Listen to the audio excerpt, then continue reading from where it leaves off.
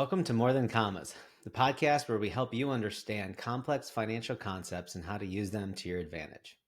I'm your host, Cory Shepherd, and today we're diving into an essential topic, the difference between simple and compound interest. By the end of this episode, you'll not only understand how both work, but also see how paying simple interest on debt compares to earning compound interest on investments. Don't forget to subscribe to the podcast and leave a review if you find today's episode helpful.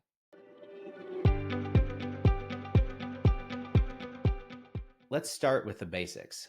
Interest is essentially the cost of borrowing money or the reward for lending or investing it. There are two main types of interest you encounter, simple interest and compound interest.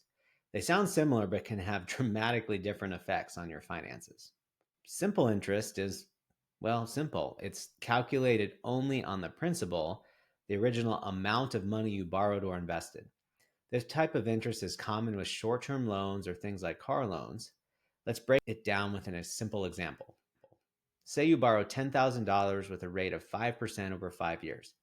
For the sake of our illustration, we will use an interest-only loan with a balance due at the end of 5 years. You're only going to pay interest on that initial $10,000, not on the interest that accumulates over time.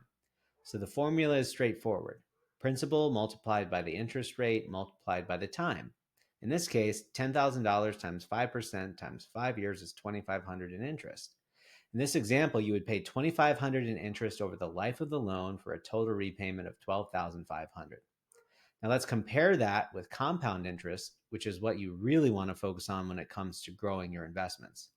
Unlike simple interest, compound interest is calculated on both the principal and any interest that's already been added to it.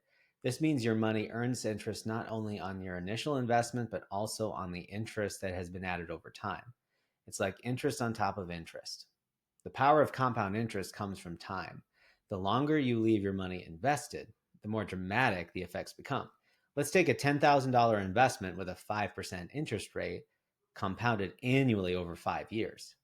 In the first year, you'd earn $500 in interest, bringing your total to $10,500. In the second year, your interest is calculated on $10,500, giving you $525 in interest. By year 5, you'd have a total of $12,762.82, $262 more than with simple interest. Compound interest rewards patience. If you leave your money invested longer, 10, 20, or even 30 years, the growth can become exponential. For example, over 30 years at 5%, that same $10,000 investment would grow to $43,219. You can see how compound interest builds momentum over time, turning even modest investments into significant sums. This is why compound interest is so often called the eighth wonder of the world. The earlier you start investing, the more time you give your money to compound and grow. Before we continue, I'd like to take a moment to thank our sponsor, Sound Financial Group. This episode of More Than Commas is brought to you by Sound Financial Group, where we help families and business owners build and protect wealth through clear, long-term financial strategies. Whether it's retirement planning, investment management, or navigating your overall financial strategy, we're here to help guide you every step of the way. To learn more about how we can help you secure your financial future, visit sfgway.com. You can run retirement calculations and download content to read in your own time. Now let's bring this all together with an illustration of how simple interest on debt and compound interest on investments can impact your finances. Imagine you have two financial scenarios in front of you. You take out a loan of $10,000 at 5% simple interest for 5 years, or you invest $10,000 at 5% compound interest for the same 5 years. For the loan, after 5 years, you're on the hook for $12,500 in total repayments. The simple interest costs you $2,500, and that's all you pay. Now let's look at your investment. Over the same 5 years, your $10,000 invested at compound interest grows to $12,762.82. You've earned $2,762.82 in interest. Here's the key takeaway. While you're paying off a loan and only paying interest on the original amount, your investments are growing at an accelerating rate, earning interest on interest.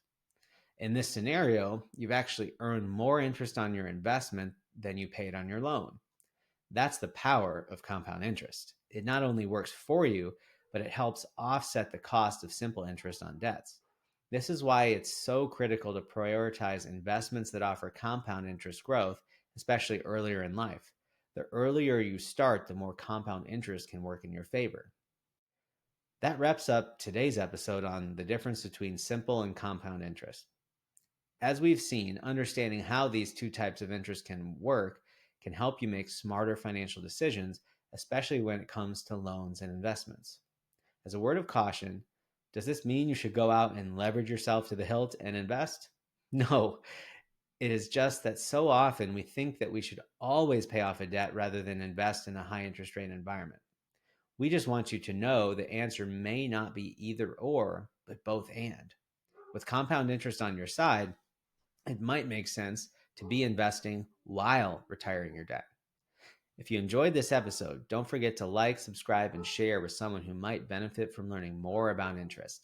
And of course, we love hearing your feedback, so leave us a review or let us know what topics you'd like to cover in the future. Thanks again for tuning in to More Than Commas. Join me next time as we explore how, even in this interest rate environment, you can still get a 3% mortgage. You just might have to make some assumptions. Join us then for more financial strategies to help you build and protect your wealth.